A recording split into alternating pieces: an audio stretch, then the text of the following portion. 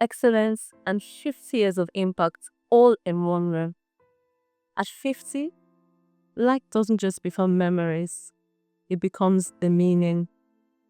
Today, we celebrate Dr. Mary Alile, who is the national women leader of the All Progressive Congress political party. Beyond titles and politics, she has an art of empowerment that speaks loudly. Under her leadership, a bold vision was born, which opens doors for girl child around the country. Also, she has many achievements, and one notable one is the 3-year scholarship initiative that was introduced, which opens up education opportunities for 100 girls across the 36 states and the Federal Capital Territory. This is not just leadership that speaks, it is a life that transforms. Today, we'll be having a heartfelt conversation with our doctor who is a celebrant as she reflects on her journey, her lessons, and the legacy of 50 years, 50 golden years. We are pleased to meet you, Ma, and I'm so excited to be doing this with you. And by the way, you look so amazing. Thank you. Thank you very much. Thank you. Okay, Ma, so this is 50 years. Yes. This is indeed a milestone. How do you feel about this golden year? Well, I feel grateful to the Almighty God. I feel thankful that I'm saying 50.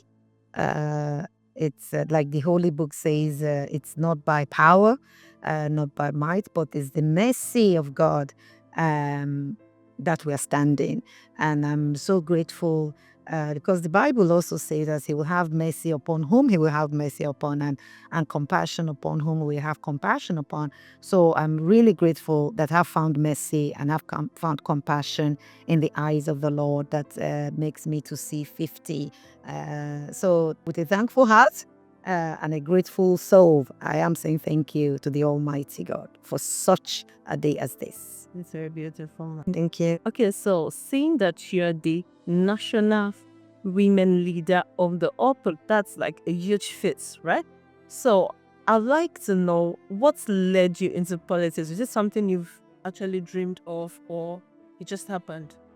Growing up, I'm from a political family. Growing up, my father was a politician. My mother was also a politician, and very powerful ones as that. Until this is back in the days of MPP and UPN, And I remember growing up that both of them were in two different parties. I don't know which was in what. And they usually come home and fight about what is going on and why your party should be and why your party should not. And I grew up with that. And also, of course, my husband is also a politician. Married to him, we just continued the politics. And it was, he talks about politics on a daily basis, so passionate about who's where, and things like that. And because I have a compassion and a heart to work with women, and when you say politics, it's women, so they are all there. So and that's how I just developed the interest, and I got back into it, and since then they say the rest is history. Yeah. So you talking about women leads me to the next question.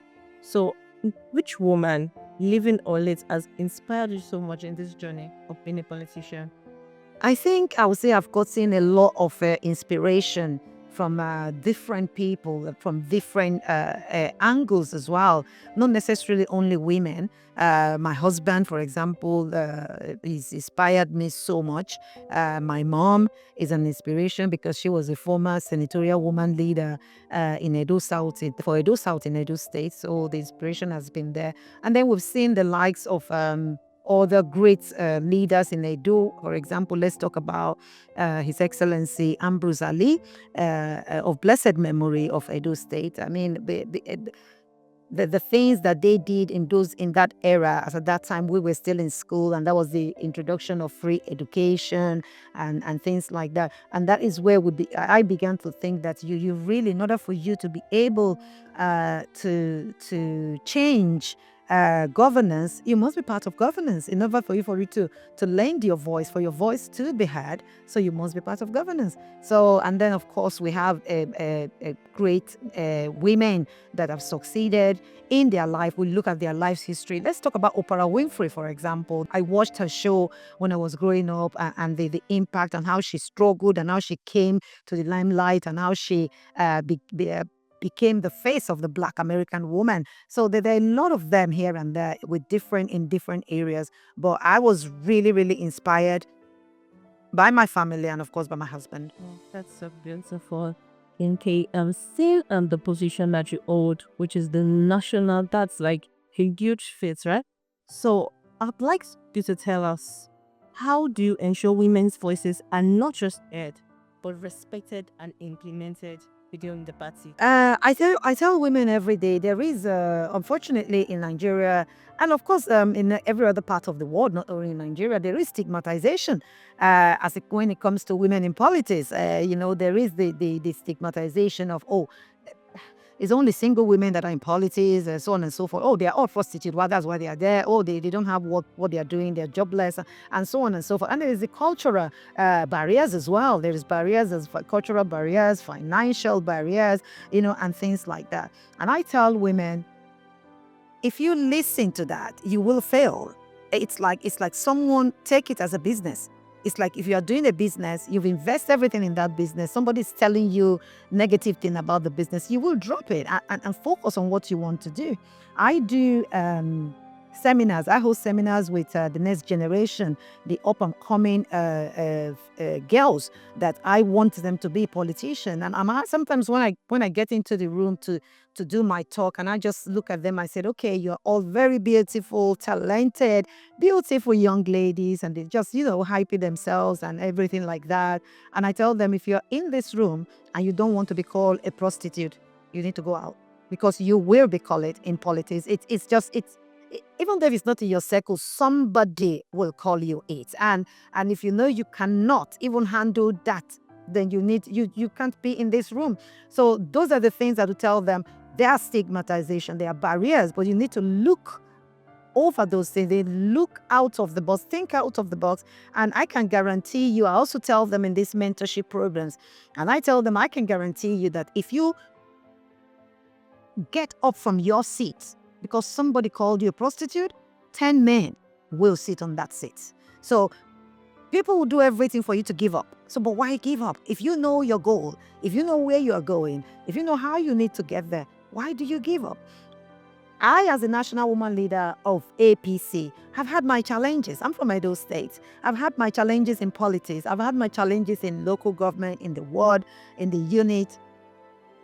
But you don't give up, because if you give up, then there is no opportunity to get to where you're going. Because that saying, when there is life, what is it? There is hope. And so you must continue to be hopeful and focus on where you want to be in politics. Focus on the fact that the next generation is counting on you. Focus on the fact that you want to make changes. Focus on the fact that you, as a Nigerian and as a woman, you have the right to sit at a table. So when you think of those things, of course, the barriers just become a thing of the past. That's so eye-opening. Okay, so one of your signature achievements has been the scholarship program for 3,007. That is really beautiful. I commend it. So I'd like to know, what inspired you to champion that? One of the things that inspired me to champion this is somebody actually challenged me. I can't remember which state I visited, and we were talking about the reserve seat. We were talking about the 35% affirmation for women. And there was somebody that asked me, oh, national woman leader, all these waka about. What about if they give you put the 35%? Where are the women that are coming to sit on the chair? And that was just like, it hit like a bomb.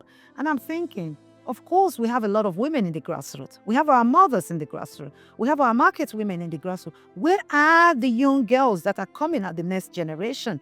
Are they interested in politics at all? Will their father allow them to play politics?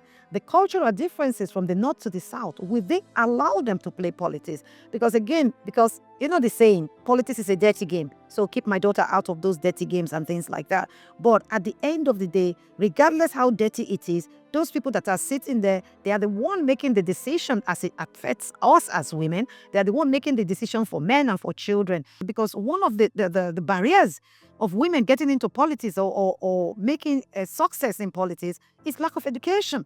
So we must be educated, and we must understand that education is a key that opens doors. Like what do you call your generation now? Alpha generation or Gen Z generation, and they just say education is scam. I say try illiteracy.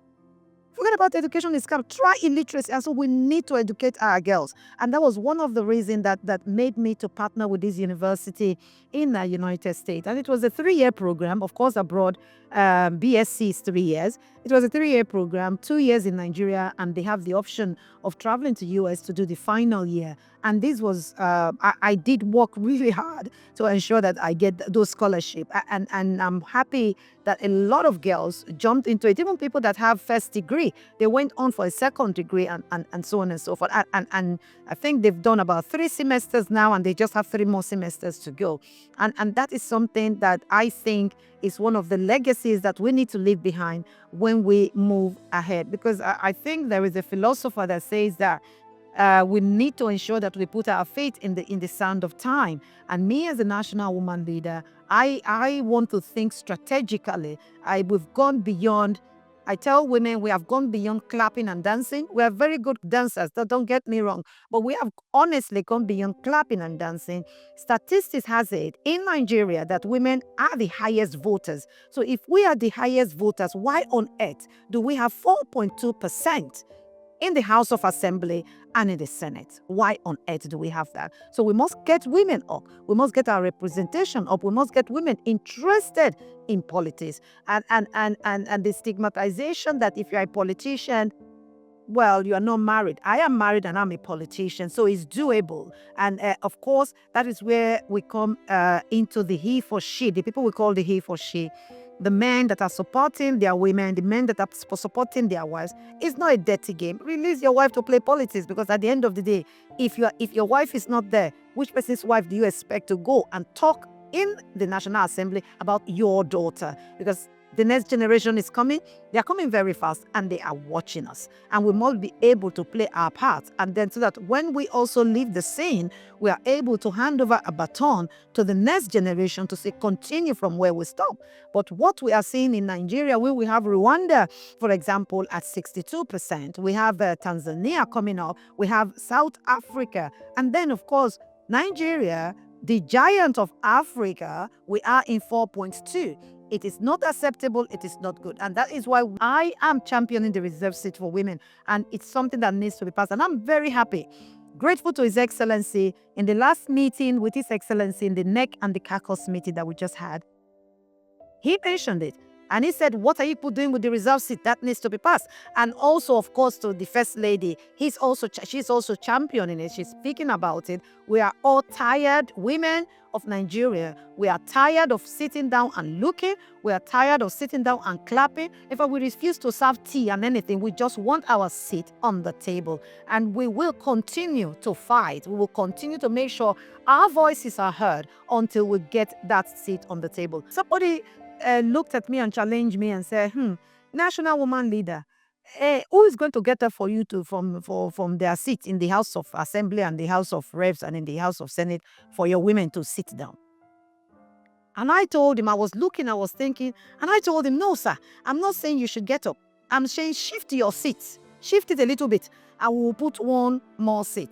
And I also went further to tell him, in case the table is not too small, we will throw away the table and we'll get a bigger table. But the point is that women needs to sit down on that table.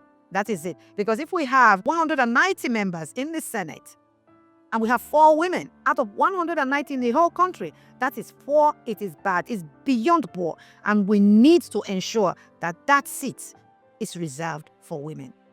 Thank you so much, ma'am. So this takes me to the last question. So I know you said a lot of meaningful things. I'd like you to Tell us, give us a promise as you celebrate your golden jubilee.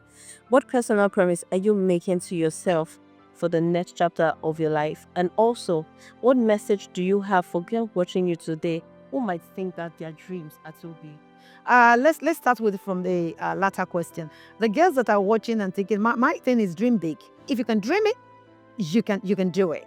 And I love this next generation. They are everywhere. They are not giving anything to chance or hope.